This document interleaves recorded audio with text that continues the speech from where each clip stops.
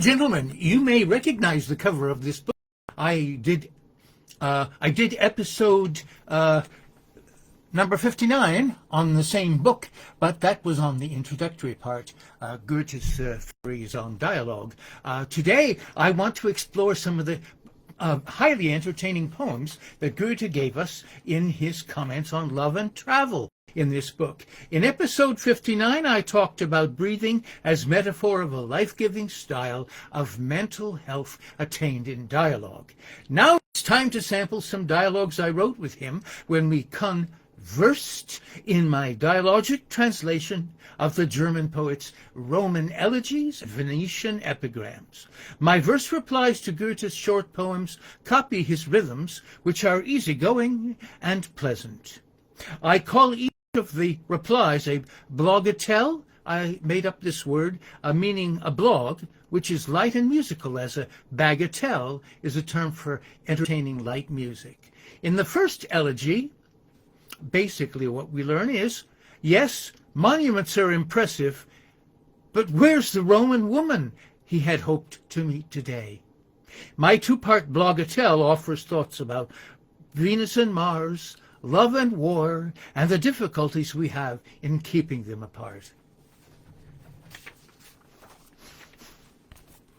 Let's go with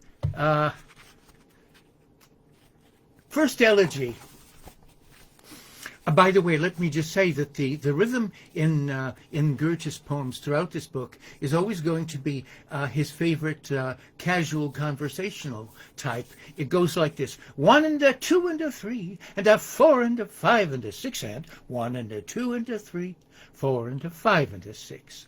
They're little two-liners, and each of them has 6 beats, and they have a la-la-la rhythm, which is a dactyl. It's called dactylic, and if you have 6 of them, you've got dactylic hexameter. But in the second line of each couplet or distich, you have la la la la la la la la la la la la la la, a breathing space, which interestingly varies the musical pattern. Intimate something to me, O you stones, you high palaces, tell me, streets, will you utter a word? Spirit, why dull, unalert? Everything's filled with the soul, if enclosed in the city walls holy. Rome's everlasting, to me only a stillness complete.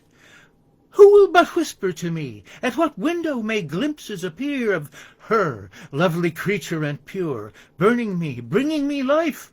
Never a hint of the road where I over and over have wandered, going to, coming from her, offering treasures of time. Palaces, churches I view, and the ruins and columns abounding. Average traveling man, thoughtfully wandering on. Then all too soon, when it's over, there's only a singular temple. Temple of Amor. That's Latin for love. Interestingly, it's Romas. Roma is Italian for Rome, and it is Amor is the god of love, which is another name for Cupid. Amor is Roma spelled backwards. Poets have been talking for hundreds of years about that. Then all too soon, when it's over, there's only a singular temple. Temple of Amor yet stands, glad to receive the devout. You are a world, I believe it, O Rome, but when loving is lacking, world is no longer a world. Rome isn't Rome anymore. Here's my blogatelle to go with it. Widened horizon of mind is the legacy left by the rhythm. Roman and Grecian have breathed wind of the sweep of the sea. Love is the breath of the ocean as well, let us never forget it. Venus, the ardent of heart, best to remember her birth. Saturn the sower had severed the genital organs of heaven, old Father Sky, Uranos, and had thrown these to the will of the wave. Born of the foam they displaced came the goddess of passion arising, wonder to show to the world. Rome would the parable learn, son of the goddess of love, Venus, and Anchises, a mortal man, Aeneas, the hero, hero of Virgil's Aeneid, the national patriot poem of the Romans. Trojan, inured by defeat, wandered far away from Troy to found what would be the Roman nation. Son of the goddess of love and Anchises, Aeneas the hero, Trojan, inured by defeat, fathered a conquering tribe, yet would his mother be active within him, the spirit of Venus. Attracted to Dido, great was the love that he knew, and the betrayal at last. One of the most moving things in the entire Aeneid is when Aeneas happens to land in Carthage. That's roughly present-day Tunisia, and he falls in love with the queen Dido, but he has to leave her because Jupiter has it in mind for him to go to a different place and with a different idea in his head, namely to think of the future Roman nation, of whom he will be the forefather, the forebear. Rome, you are gloried in war, but a dwelling of love are you also. Vulcan insulted may sulk. Venus and Mars are at one. I'll explain that shortly as we move on.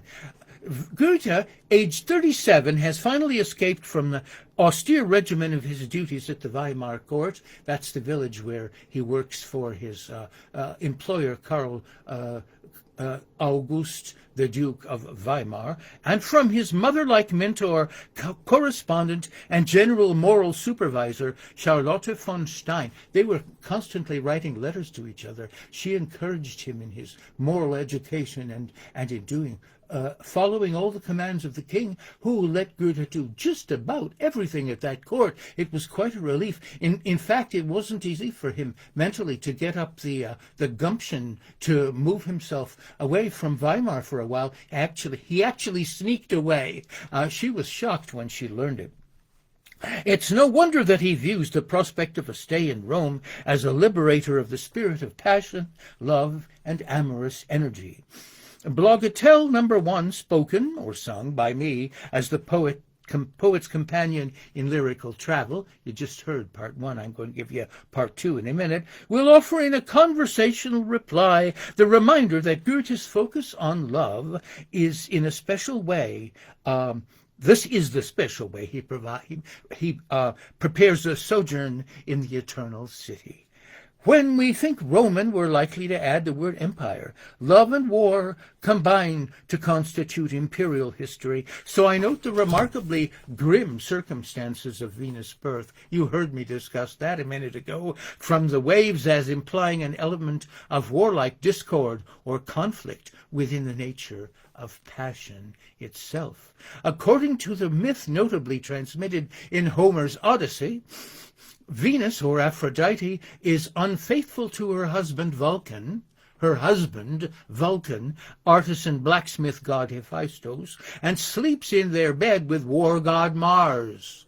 Vulcan entraps them embarrassingly. He is the blacksmith god. He can do anything, and he makes it nearly invisible to the gods themselves, a net of finely wrought metallic links, which he drops on top of them at exactly the right time as they conduct their love affair. But the mutual attraction of Venus and Mars, illicit as it may be, is dramatized by the episode. Whatever the outcome, I offer some more context in the following poem from my collection, A Lover's Art. Venus, the rightly wedded spouse of Vulcan, tired of keeping house for him who, though a master of his craft, did not excite her love. And thus it would appear that Mars, handier master of the ars amoris, art of love, in his life and smart, captured the straying lady's heart. And as they lay upon their bed, Vulcan, the devil in his head, crafted a chain of metal fine, impalpable, the grand design. You couldn't see it. The links were so refined and delicate and small. So after passion as they napped, Venus and Mars were caught, entrapped. Much though they struggled with the chains, nothing availed their godly pains. But Venus, bored if legal spouse, her war-drawn longing couldn't douse. Maybe you'd call it not quite nice, but she would need a stronger spice. Passion is mastered not by art, but ever in its hidden heart is drawn in love and awe to war, else passion's not worth living for. Is that the lesson of our tale? What can the doctrine then avail? Our homily, I need to say, waves many hazy veils away. Spouse is but one, and spice are two. Double the love we then may view, but in comes twofold trouble soon. Janual our romance in June. Though that love and strife but one may be, won't startle heart since Eden tree. Explosive was the primal thrust that fired divine the starry lust. Big bang, by angst accompanied, united Mars with Venus. We'd better accept it in the heart. They never can be kept apart. Dolores et angustias amoris tulit potestas. Poet, if you would soothe the sting, throw in a tune or two and sing. Okay, I hope that's appropriate to the rather casual conversational tone of Goethe's light-hearted verse. Let's see. 16th and 17th Elegies offer a bit of comedy, and I enjoy talking about it in my blogatelle. So let's go to them now. 16.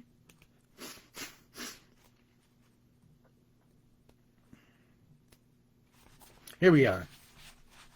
Tell me, my love, why you didn't appear late at night in the vineyard, as I had promised to you. There I was waiting alone. Best one, I duly arrived, but was lucky in spying your uncle next to the vines. When he moved backward and forward, he turned. Quietly, quickly, I left. What an awful delusive entrapment! You from a scarecrow had fled. Uncle had cobbled the thing out of a patchwork of tatters from pieces of clothing and rushes. I was a helper, in fact, working against my own good. Well, his intentions fulfilled, the most rascally bird has he banished, eager to spirit away niece and her fruitage at once. Blogatelle. Bursting out laughing, I'm quite overwhelmed and delightfully startled. Why was the laughter so loud? Easily, briefly explained. 400 lines had Paul Heise, a poet very devoted to Goethe, devoted to pious depiction, rich in a reverent style, Goethe's grand home to portray. The predominant feeling infused every line of the writing. Anecdotes added their part. Grillparzer helped to his chair, touched by the kindness intended for one who was young, undeserving, trying in vain to be calm, quiet, and burst into tears. Such adulation, I humbly remarked when I rendered the tribute. Thus, this I had learned was the way people had worshipped the bard. Here, how refreshing the farce! What a wonderful comical story! Spring after winter, or dew falling on hungering lawn. Maybe you've seen busts or portraits of Goethe. He always looks very stern. He always looks like some sort of a judge who's about to pass a sentence after he has delivered the verdict. But really, I would like to see pictures of him smiling, though it wasn't apparently the style to allow that at the time in which he was living. This is all taking place in the latter 18th century, and both of the collections, the Roman and the Venetian, were completed by 1795. Now we'll try another elegy. They're lovely conversational things. You never know what he's going to talk about. Many the tones I dislike. In particular, one is a bother. Barking of dogs I can't stand. Yawping, offending my ear. One dog alone I can listen to, often with genuine pleasure. That is the pet that my good neighbor kind-heartedly raised. Once it had barked to acknowledge my girlfriend, whom stealthy, approaching, startled he saw, and the yelp nearly betrayed us to all. Now, when I hear the dog starting, the thought will return, she is coming. Or I remember a wait. All of a sudden, she came. Blogatelle 17. Certainly readers will want to contribute a favorite story, light, entertaining, and brief, told in a lyrical way. Suddenly into the mind came the little blue car, ever welcomed, bringing the one who had raised all of my life to the height. This was the woman I later would marry. I think of the picnic when on the green of the field sweet relaxation was had. Down swooped an airplane, the pilot desiring detailed an appraisal. Knowing his look had been liked, upward he flew and was gone. All right, now we're moving to Venice, and epigram 41 I have selected. Oh yes, Goethe is touring the museums, and he's spent some time looking at pictures. Plagued and bewildered by whimsical figures, capricious, immingled, hellish and brooded in gloom, Bruegel, the wavering gaze clouding, unsettles the healthier brain with apocalypse image. Dürer will threaten it too, men and chimeras commixed. Poets in parallel ways of the Sphinx and the Centaur and Siren sing and with mighty appeal lure the enchantable ear. That's how a dream will bestir one who's worried and looks for direction, thinking he's moving ahead till the disorder begins. That's how Bettina perplexed me, with dizzying limbs all akimbo. Then I'm delighted the more when she does nothing but walk. Here's my quick reply to that. Fun to consider perspectives with people and paintings together. Often I look at the blue sky and its pure fragonard. Then I will stare at the light on the side of a home. Edward Hopper. Best when a person recalls Rembrandt, an apple, Cézanne. And then last, I'm turning to epigram 48.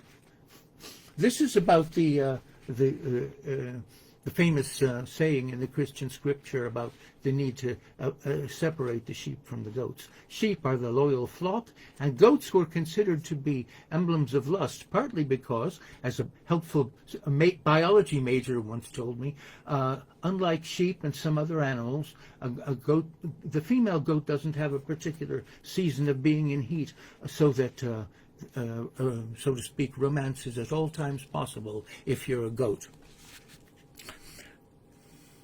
Goat, move aside to the left, is the rule of the judge, the director. Sheep, go the opposite way, tranquilly stand at my right. Fine. One additional order, however, I wish he would utter. You there, the men of good sense, you will be right at the front. That was an easy and tremendous fun to reply to. Sheep are too easy to fleece. And the goats, for their lust, I'm reluctant, Christ-like to sentence to hell. Ardors required or we die. Purity, passion, compatible? Yes, in a rational being, lover and poet will feel. Balance we need in our verse. I hope you have enjoyed this little entertainment. It was tremendous fun to prepare it for you.